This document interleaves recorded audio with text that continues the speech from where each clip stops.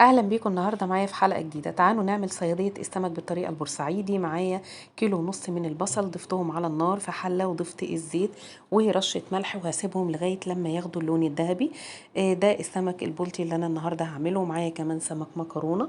هبدا بقى اوريكم مراحل تلوين البصل لغايه ما اوصل للون اللي انا عايزاه. الخطوة دي مهمة جدا جدا. ما تسيبيش طبعا البصل وتحاولي ان انت تبعدي عن الحلة علشان خاطر ما يتحرقش منك نهائي.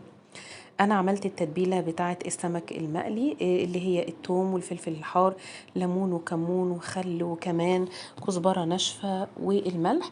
وبدأت اتوم عندي السمك، وهنا طبعا خلصت التتوين بتاع السمك ادخله التلاجة. وجنب البصلة طبعا بدأت اقلب ودوت اللون اللي انا عايزاه.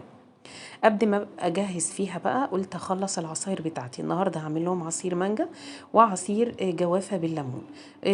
خليت طبعا المانجا بتاعتي وضفت ليها الميه السقعانه وكمان السكر، والجوافه شلت منها البذر وكمان ضفت الميه وكمان الليمون وعصرتها وبقوا جاهزين.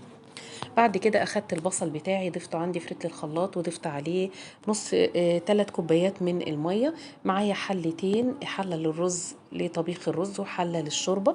ضفت هنا ملح وفلفل وكمون، والحله التانية ملح وفلفل وكمون، وضفت جزء هنا من البصله، وحله الشوربه برضو جزء من البصله. بعد كده هغسل الرز يا جماعة وهبدأ انزل بيه في اول حلة اللي هي حلة طبيخ الرز. وهنا بدأت ان انا اعفر السمك المكرونة بتاعي علشان طبعا اقليه. هنا خلاص الرز شرب كل الشوربة بتاعته، وبعد كده هبدأ ان انا اهدي عليه لغاية ما احمر السمك. وبعد كده هبدأ بقى اخلص اخر حاجة هعملها، وهي السمك الصيادية بالشوربة. ليه؟ لان ما ينفعش اعمله واسيبه لغاية لما اخلص قلية السمك ولغاية لما الرز يستوي علشان خاطر ما يتهريش. خلصت كده القلية عندي بتاعة السمك بتاعي. هضيف بقى الحلة تاني اللي فيها المرقة، هسيبها تسخن وبعد كده هنزل عندي بالسمك البلطي بتاعي في المرقة بتاعة الصيادية. مش هسيبه اكتر من دقيقتين 2 بالكتير قوي، لاني طبعا منزلاه في الشوربة وهي بتغلي.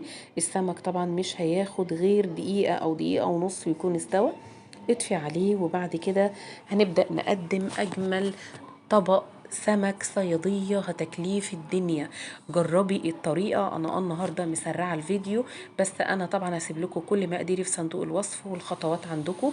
الأكلة دي بقى بتنزل كده على قلبي من طعمتها وجمالها. ادي سمك المكرونة المقلي، رز الصيادية، وكانت أكلة حقيقي النهاردة كانت تجنن. أتمنى ان انتوا كنتوا تبقوا معايا علشان تدوقوا جمالها. بتتباع طبعا في المطاعم هنا عندنا بورسعيد بأسعار خيالية. سمك الصيادية مفيش أطعم منه. أتمنى ان انت تجربيها. أكلة حلوة وسهلة وطعمها في منتهى الجمال. أولادك هيحبوها. وأشوفكم على خير في حلقة جديدة في رعاية الله.